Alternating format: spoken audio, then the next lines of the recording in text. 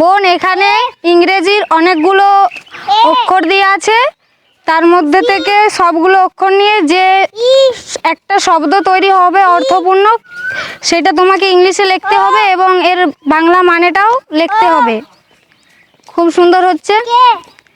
বোন তুমি যে ইংরেজির অক্ষরগুলো তুললে, এটা কি শব্দ হবে লেখো।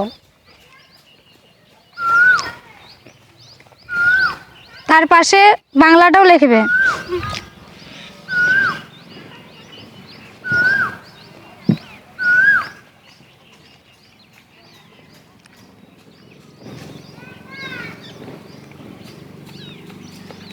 এর বাংলাটা লেখো এবার।